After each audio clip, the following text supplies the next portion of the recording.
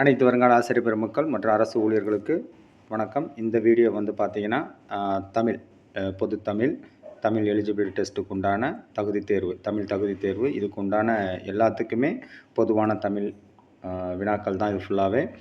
இதில் வந்து பார்த்திங்கன்னா நம்ம டிஎன்பிஎஸ்ஸாக இருக்கட்டும், டிஇடி ஆசிரியர் தகுதி தேர்வாக இருக்கட்டும், அதுமாரி பிஜிடிஆர்பியாக இருக்கட்டும், முதுநிலை பட்டதாரி ஆசிரியர் தகுதி தேர்வாக இருக்கட்டும், அதில் இருக்கிற தமிழ் தகுதி தேர்வு இது எல்லாத்துக்குமே பொதுவான ஒரு தமிழ் தான் இது உங்களுக்கு.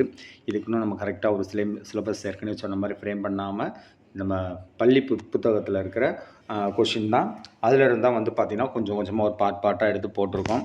இதுக்கு முன்னாடி வந்து பார்த்திங்கன்னா ஒரு 5 பார்ட் போட்டிருக்கோம். ஒரு பாட்டுக்கு ஒரு 100 கொஷின் அப்படின்னு ஒரு 5 பார்ட் போட்டிருக்கோம். இது வந்து 6வது பகுதி. இது வந்து பார்த்திங்கன்னா 6வது பகுதி. இந்த 6வது பகுதியை பொறுத்த வரைக்கும் இதுலேயும் வந்து பார்த்திங்கன்னா ஒரு 100 வினாக்கள் இருக்குது. ஸோ இதுவும் கொஞ்சம் முக்கியமான வினாக்கள் என்று எடுத்து தான் உங்களுக்கு சொல்லியிருக்கோம். ஸோ இதை பார்த்துட்டு இதில் ஏதாவது உங்களுக்கு வந்து கருத்துக்கள் இருந்தால் கண்டிப்பாக நீங்கள் சொல்லலாம். டைரெக்டாக கொஷின் போவோம். 201வது கொஷின், திருக்குறள் மூலத்தை முதலில் அச்சிட்டவர் யார் அப்படின்னு பார்த்தீங்கன்னா, திருக்குறள் மூலத்தை முதலில் அச்சிட்டவர் தஞ்சை ஞானப்பிரகாசர். அதேமாதிரி வந்து பார்த்திங்கன்னா திருக்குறளுக்கு முதலில் உரை எழுதியவர் மணக்குடவர் தான் வந்து பார்த்திங்கன்னா முதலில் திருக்குறளுக்கு உரை எழுதினார். ஆனால் நிறைய பேர் எழுதினதுலேயே வந்து பார்த்திங்கன்னா சிறந்த உரையாக நம்ம பயன்படுத்தப்படுவது பரிமேலழகர் எழுதிய உரை தான் திருக்குறளுக்கு, அதை தான் பயன்படுத்துகிறோம். அடுத்தது, திருக்குறளில் கோடி என்ற சொல் எத்தனை இடங்களில் இடம்பெற்றுள்ளது அப்படின்னு பார்த்திங்கன்னா 7 இடங்களில் கோடி என்ற சொல் இடம்பெற்றுள்ளது. அதே மாதிரி 7 என்ற சொல் குறட்பாக்கள் எத்தனை இடத்தில் உள்ளது அப்படின்னு பார்த்தீங்கன்னா 8. 7 என்ற வார்த்தையானது என்ற சொல்லானது திருக்குறளில் 8 இடங்களில் பயன்படுத்தப்பட்டு வருகிறது. அடுத்து, திருக்குறளை ஆங்கிலத்தில் மொழிபெயர்த்தவர் ஜியு போப் தான் பொறுத்த வரைக்கும். நம்ம வந்து ஆங்கிலத்தில் மொழிபெயர்த்தவர் அப்படிங்கிறப்ப பொதுவாக ஜியு போப் தான் இருக்கும். அடுத்தது, புலவர் பாடும் புகழுடையோர் விசும்பின் வளவன் ஏவா வான ஊர்தி என்ற பாடலடி இடம்பெற்றுள்ள நூல் புறநானூறு. அடுத்த கொஷின், வெந்திரலான் பெருந்தச்சனை கூவி ஓர் எந்திர ஊர்தி இயற்றுமின் என்றான் என்ற பாடலடி இடம்பெற்றுள்ள நூல் சீவக சிந்தாமணி. இந்த சீவக சிந்தாமணி. அடுத்து, பழங்காலத்தில் திசை அறிய காந்த ஊசியை பயன்படுத்தினர்.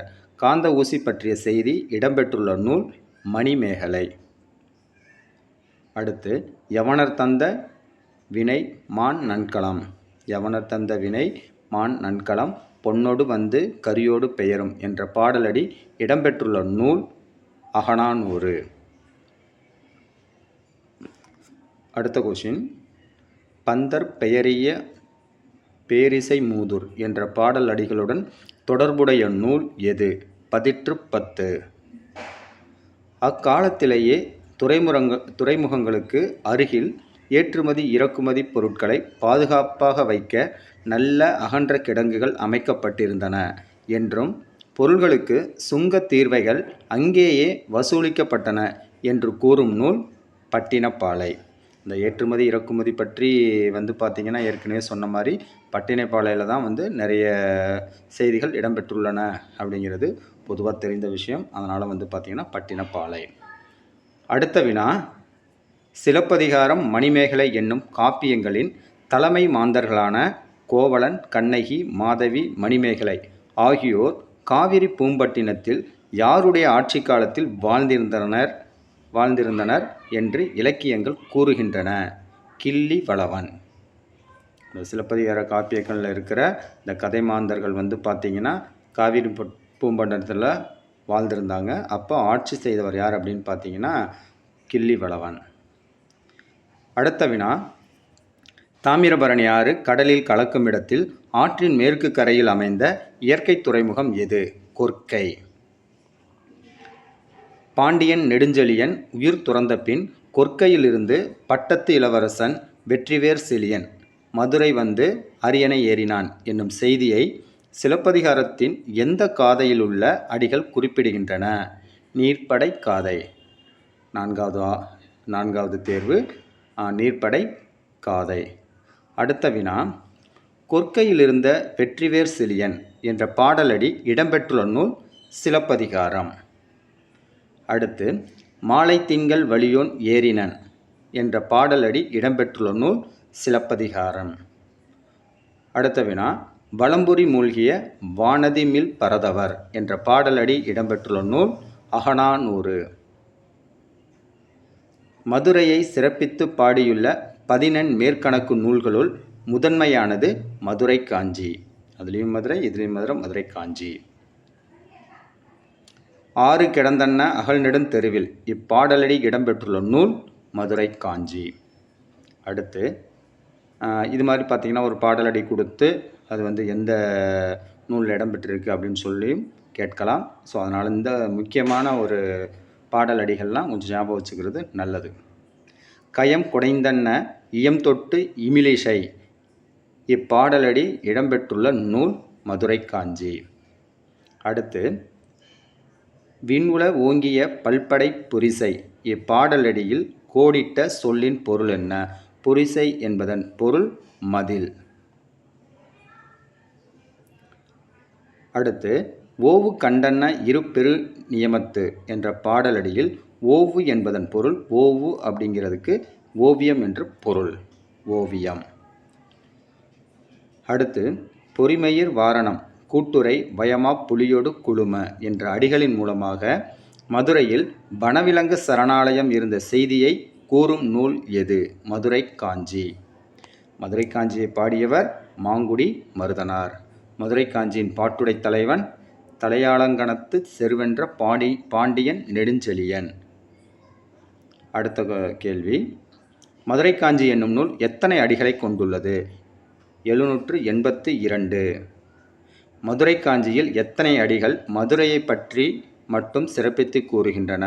மொத்தம் பார்த்திங்கன்னா 782 அடிகள் இருந்தாலுமே அதில் 354 அடிகள் பார்த்திங்கன்னா மதுரையை பற்றி மட்டும் சிறப்பித்து கூறுகின்றன.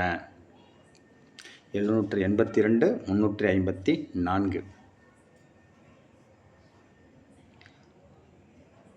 அடுத்து மதுரை காஞ்சியை இயற்றிய மாங்குடி மருதனார் பிறந்த மாங்குடி என்னும் ஊர் எந்த மாவட்டத்தில் உள்ளது? மாங்குடிங்கிற ஊர் எந்த மாவட்டத்தில் இருக்கிறது அப்படின்னு பார்த்தீங்கன்னா திருநெல்வேலி. மதுரை காஞ்சியை இயற்றிய மாங்குடி மருதனார் 8 தொகையில் எத்தனை பாடல்களை பாடியுள்ளார்? மாங்குடி மருதனார் பார்த்தீங்கன்னா மதுரை காஞ்சியை இப்போ இயற்றியிருக்கார். அவர் பார்த்தீங்கன்னா 8 தொகையிலையும் பாடல்களை பாடியுள்ளார். எத்தனை பாடல்கள் அப்படின்னு பார்த்தீங்கன்னா 13.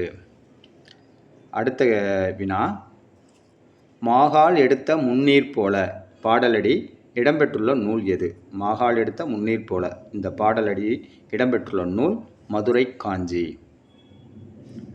அடுத்து ஓவிய விதானத்து உரைபெறு நித்திலத்து மலைத்தாமம் வளையுடன் நாற்றி என்ற பாடல் இடம்பெற்றுள்ள நூல் எது? சிலப்பதிகாரம். அடுத்த வினா, மாளிகையில் பல சுண்ணாம்பு கலவை சுதை சிற்பங்கள் இருந்ததை குறிப்பிடும் நூல் எது? மணிமேகலை. அடுத்து போதுவர்கள் பொலிவுல போர் அடித்திடும் அதிர்குரல் கேட்டு உளையஞ்சி ஓடுமே என்ற பாடலடி இடம்பெற்றுள்ள நூல் எது? ராவண காவியம். அடுத்து மணலிடை உளவி காற்றில் சுரிஸ்குழல் உலர்த்தும் தும்பி இப்பாடலடி இடம்பெற்றுள்ள நூல் எது? ராவண காவியம். அதிரப்புகுத கணா கண்டேன் தோழி நான் என்ற பாடலடி இடம்பெற்றுள்ள நூல் நாச்சியார் திருமொழி. ஆழ்வார்கள் பாடிய பாடல்களின் தொகுப்பு 4000 திவ்ய பிரபந்தம். நாச்சியார் திருமொழி மொத்தம் எத்தனை பாடல்களை கொண்டுள்ளது? 143. திருமாலை வழிபட்டு சிறப்பு நிலை எய்திய ஆழ்வார்கள் எத்தனை பேர்? 12. சூடி கொடுத்த சுடற்கொடி என்று அழைக்கப்படுபவர் ஆண்டாள். ஆண்டாள் யாருடைய வளர்ப்பு மகள்? பெரியாழ்வார். சங்க காலத்தில் துணி தைப்பவர் எவ்வாறு அழைக்கப்பட்டார்? துன்னக்காரர். சங்க காலத்தில் துணி தைப்பவர் துன்னக்காரர் என்று அழைக்கப்பட்டார். இசையும் இன்பமும் ஈதலும் மூன்றும் அசையுடன் இருந்தோர்க்கு அரும்புணர்வு இன்மென் என்ற பாடலடி இடம்பெற்றுள்ள நூல் நற்றிணை. இசையும் இன்பமும் ஈதலும் மூன்றும் அசையுடன் இருந்தோர்க்கு அரும்புணர்வு இன்மென் அப்படின்னு இடம்பெற்ற பாடலடி இடம்பெற்றுள்ள நூல் நற்றிணை. சங்க காலத்தில் ஊர் ஊராகச் சென்று உப்பு வணிகம் செய்வோர் எவ்வாறு அழைக்கப்பட்டனர்? உமணர். விருத்தப்பாக்களால் இயற்றப்பட்ட முதல் காப்பியம் சீவக சிந்தாமணி. சீவக சிந்தாமணி என்ற காப்பியத்தை இயற்றியவர் திருத்தக்க தேவர். மணநூல் என்று அழைக்கப்படும் நூல் சீவக சிந்தாமணி. சீவக சிந்தாமணி எத்தனை இலம்பகங்களை கொண்டுள்ளது? 13. சீவக சிந்தாமணி எத்தனை இலம்பகங்களை கொண்டுள்ளது அப்படின்னா 13. நரிவிருத்தம் என்னும் நூலை இயற்றியவர் திருத்தக்க தேவர். காய்மாண்ட தெங்கின் பழம்பீல கமுகின் நெற்றி என்ற பாடலடி இடம்பெற்றுள்ள நூல் சீவக சிந்தாமணி. அடுத்து வெறிகமல் கழனியுள் உளுணர் வெள்ளமே என்ற பாடலடி இடம்பெற்றுள்ள நூல் சீவக சிந்தாமணி. குடியனார் செய் கோலமும் வைகள் தோறும் 1000 என்ற பாடலடி இடம்பெற்றுள்ள நூல் சீவக சிந்தாமணி. சீவக சிந்தாமணியை இயற்றிய திருத்தக்க தேவர் எந்த நூற்றாண்டைச் சேர்ந்தவர்? 9ஆம் நூற்றாண்டு. சீவக சிந்தாமணியை இயற்றிய திருத்தக்க தேவர் எந்த சமயத்தை சேர்ந்தவர்? சமண சமயம். அடுத்து முழுமையாக கிடைக்கப்பெறாத முத்தொள்ளாயிரம் என்னும் நூலில் உள்ள பாடல்களில் எத்தனை பாடல்கள் புறத்திரட்டு என்னும் நூலிலிருந்து கிடைத்துள்ளன அப்படின்னு பார்த்தீங்கன்னா 108 பாடல்கள் பார்த்தீங்கன்னா முத்தொள்ளாயிரத்துக்கு இந்த புறத்திரட்டு என்னும் நூலிலிருந்து கிடைக்கப்பட்டது. அடுத்த கேள்வி, நச்சிலைவேல் கோக்கோதை நாடு. நச்சிலைவேல் கோக்கோதை நாடு என்ற முத்தொள்ளாயிரம் பாடலில் குறிப்பிடப்படும் நாடு சேர நாடு. ஆக்குவது ஏதெனில் அறத்தை ஆக்குக. ஆக்குவது ஏதெனில் அறத்தை ஆக்குக என்ற பாடலடி இடம்பெற்றுள்ள நூல் யசோதர காவியம். ஆக்குவது ஏதெனில் அறத்தை ஆக்குக என்ற பாடலடி இடம்பெற்றுள்ள நூல் யசோதர காவியம். அடுத்து தம்மக்கள் மெய்த்தீண்டல் உயிர்க்கு இன்பம். தம்மக்கள் மெய்த்தீண்டல் உயிர்க்கு இன்பம் என்று கூறியவர் திருவள்ளுவர். மெய்த்தீண்டல் உயிர்க்கு இன்பம் என்று கூறியவர் திருவள்ளுவர். அடுத்து படுதிரை வையம் பாத்திய பண்பே என்று பாடியவர் தொல்காப்பியர். படுதிரை வையம் பாத்திய பண்பே என்று பாடியவர் தொல்காப்பியர். அடுத்து உண்டாளம்ம இவ்வுலகம் என்ற பாடலடி இடம்பெற்றுள்ள நூல் எது? புறநானூறு. அடுத்து 60வது கேள்வி, நசைப்பரிது உடையர் நல்களும் நல்குவர் பிடிப்பசி களையிய பெருங்கை வேலம் என்ற பாடலடி இடம்பெற்றுள்ள நூல் குறுந்தொகை. அடுத்து ஞாயிறு திங்கள் நெஞ்சம் போன்ற அக்ரிணை பொருட்கள் சொல்லுன போலவும் கேட்குன போலவும் சொல்லியாங்கு அமையும் என்று குறிப்பிட்டவர் யார்? தொல்காப்பியர். ஞாயிறு திங்கள் நெஞ்சம் போன்ற அக்ரிணை பொருட்கள் சொல்லுன போலவும் கேட்குன போலவும் சொல்லியாங்கு அமையும் என்று குறிப்பிட்டவர் தொல்காப்பியர். வாழையும் கமுகும் தாழ்குலை தெங்கும் மாவும் பலாவும் சூழ் அடுத்து ஓங்கிய தென்னவன் சிறுமலை திகழ்ந்து தோன்றும் என்ற பாடலடிகள் இடம்பெற்றுள்ள நூல் சிலப்பதிகாரம். அடுத்து வண்டொடு புக்க மணவாய்த் தென்றல் இப்பாடலடி இடம்பெற்றுள்ள நூல் சிலப்பதிகாரம். விருந்ததிர் கோடலும் இழந்த என்ன என்ற பாடலடி இடம்பெற்றுள்ள நூல் சிலப்பதிகாரம். கல்வியும் செல்வமும் பெற்ற பெண்கள் விருந்தும் ஈகையும் செய்வதாக குறிப்பிடுபவர் கம்பர். கல்வியும் செல்வமும் பெற்ற பெண்கள் விருந்தும் ஈகையும் செய்வதாக யார் குறிப்பிடுகிறார் அப்படின்னு பார்த்தீங்கன்னா கம்பர். அடுத்து பொருந்து செல்வமும் கல்வியும் பூத்தலால் வருந்தி வந்தவர்க்கு ஈதலும் வைகளும் என்ற பாடலடிகள் இடம்பெற்றுள்ள நூல் கம்பராமாயணம். அமிழ்தமே கிடைத்தாலும் தாமே உண்ணாது பிறர்க்கும் கொடுப்பர் நல்லோர். அத்தகையோரால் தான் இவ்வுலகம் நிலைத்திருக்கிறது என்று தம் பாடலில் குறிப்பிட்டவர் கடலுள் மாய்ந்த இளம்பெரு வழுதி. அமிழ்தமே கிடைத்தாலும் தாமே உண்ணாது பிறர்க்கும் கொடுப்பர் நல்லோர். அத்தகையோரால் தான் உலகம் நிலைத்திருக்கிறது என்பதை தாம் பாடலில் குறிப்பிட்டவர் கடலுள் மாய்ந்த இளம்பெரு வழுதி. அடுத்து உண்டாளம்ம இவ்வுலகம் இந்திரர் அமிழ்தம் இவையை எய்வதாயினும் என்ற பாடல் இந்த அடி இடம்பெற்றுள்ள நூல் புறநானூறு. உண்டாளம்ம இவ்வுலகம் இந்திரர் அமிழ்தம் இவை இயைவதாயினும் என்ற அடி இடம்பெற்றுள்ள நூல் புறநானூறு. அடுத்து நடு இரவில் விருந்தினர் வந்தாலும் மகிழ்ந்து வரவேற்கும் உணவிரும் நல்லியல்பு நல்லியல்பு குடும்பத் தலைவிக்கு உண்டு என்னும் செய்தியை பற்றி குறிப்பிடும் நூல் நற்றிணை. நடு இரவில் விருந்தினர் வந்தாலும் மகிழ்ந்து வரவேற்று அவர்களுக்கு உணவு அளிக்கும் பண்பானது தலைவிக்கு உண்டு என்ற செய்தியை குறிப்பிடும் நூல் நற்றிணை. அடுத்து அல்லல் ஆயினும் விருந்துவரின் உவக்கும். அல்லல் ஆயினும் விருந்துவரின் உவக்கும் என்ற பாடலடி இடம்பெற்றுள்ள நூல் நற்றிணை. இந்த நற்றிணையில் வந்து பார்த்திங்கன்னா விருந்தோம்பல் பற்றி நன்றாக சொல்லப்பட்டிருக்கு. அதனால் நீங்கள் பார்த்துக்கலாம். அல்லல் ஆயினும் விருந்துவரின் உவக்கும் என்ற பாடலடி இடம்பெற்றுள்ள நூல் நற்றிணை. காலின் ஏல பின் சென்று பாடலடி இடம்பெற்றுள்ள நூல். காலின் ஏல பின் சென்று இந்த பாடலடி இடம்பெற்றுள்ள நூல் புறநானூற்றுப்படை. விருந்தினரும் வறியவரும் நெருங்கியுண்ண மேன்மேலும் முகமலரும் மேலார் போல.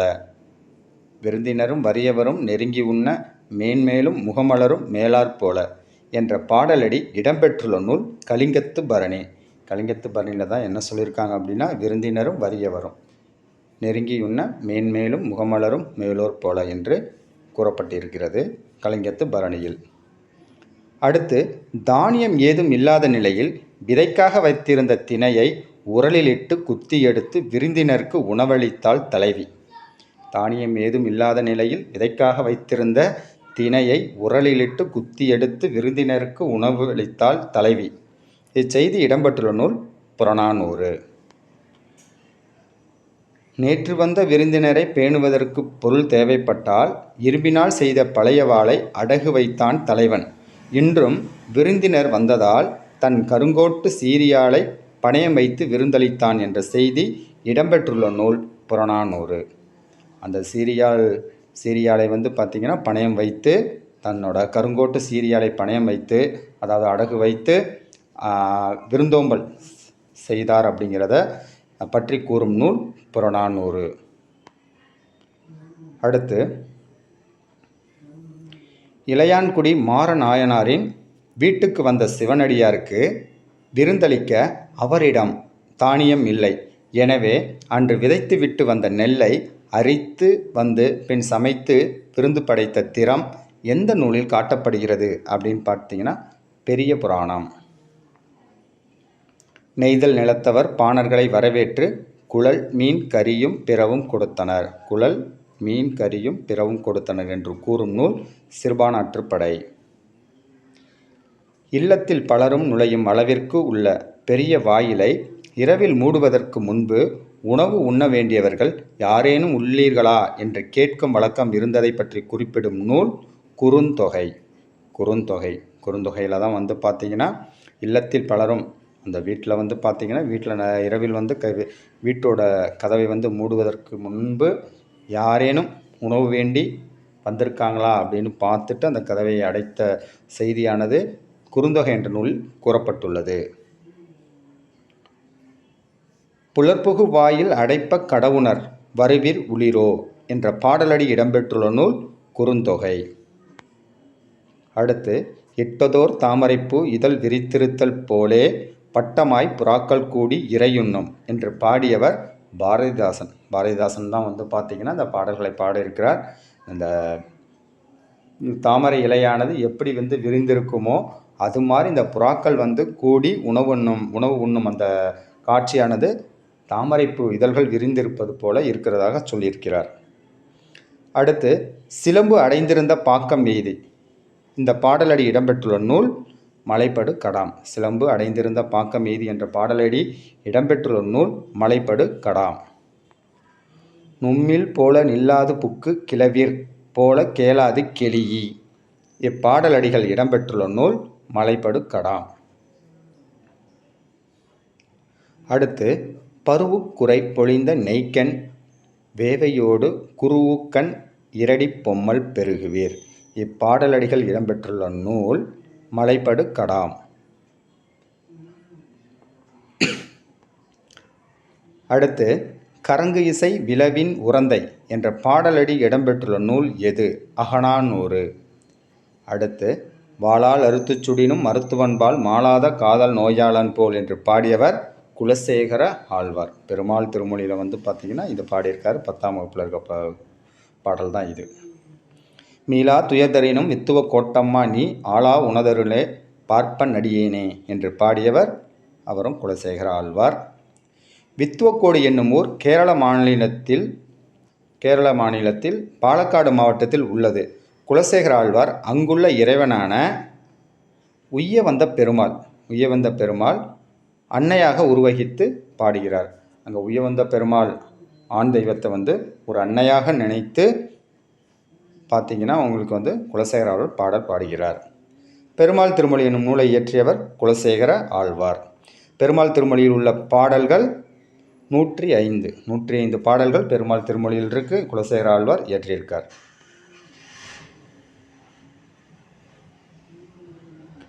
அடுத்து பெருமாள் திருமொழி 4000 திவ்ய பிரபந்தத்தில் எந்த திருமொழியாக உள்ளது?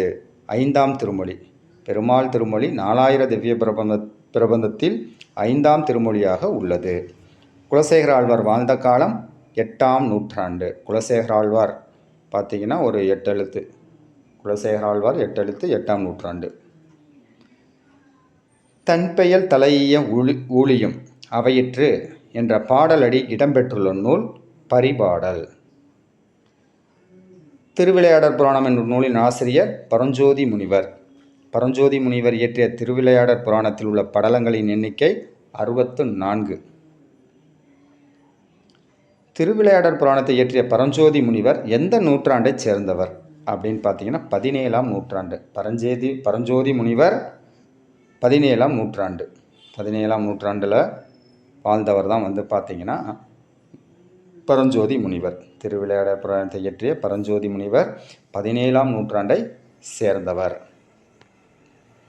அடுத்து திருவிளையாடற் புராணத்தில் இடைக்காடன் பிணக்கு தீர்த்த